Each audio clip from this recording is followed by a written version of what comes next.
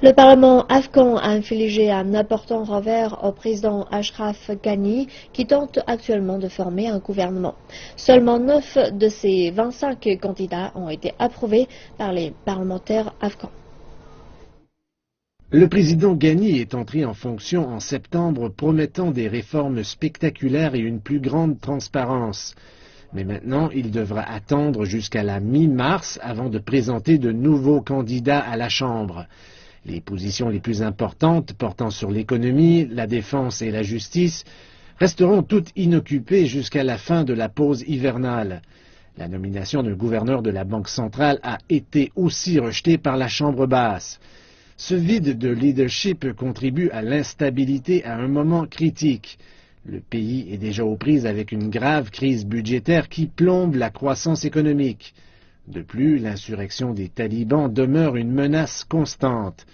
Depuis qu'Ashraf Ghani a pris le pouvoir, de nombreuses attaques à travers l'Afghanistan ont fait plus de 230 morts.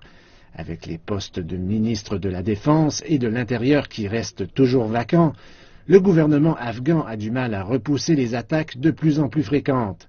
Plusieurs Afghans se disent inquiets pour leur sécurité et pour leur avenir.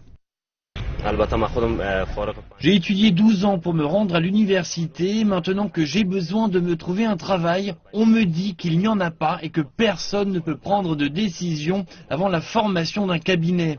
Le Parlement a rejeté plusieurs candidats. Cela signifie que plusieurs personnes doivent mettre leur vie en veilleuse pendant que l'on attend que d'importantes décisions soient prises.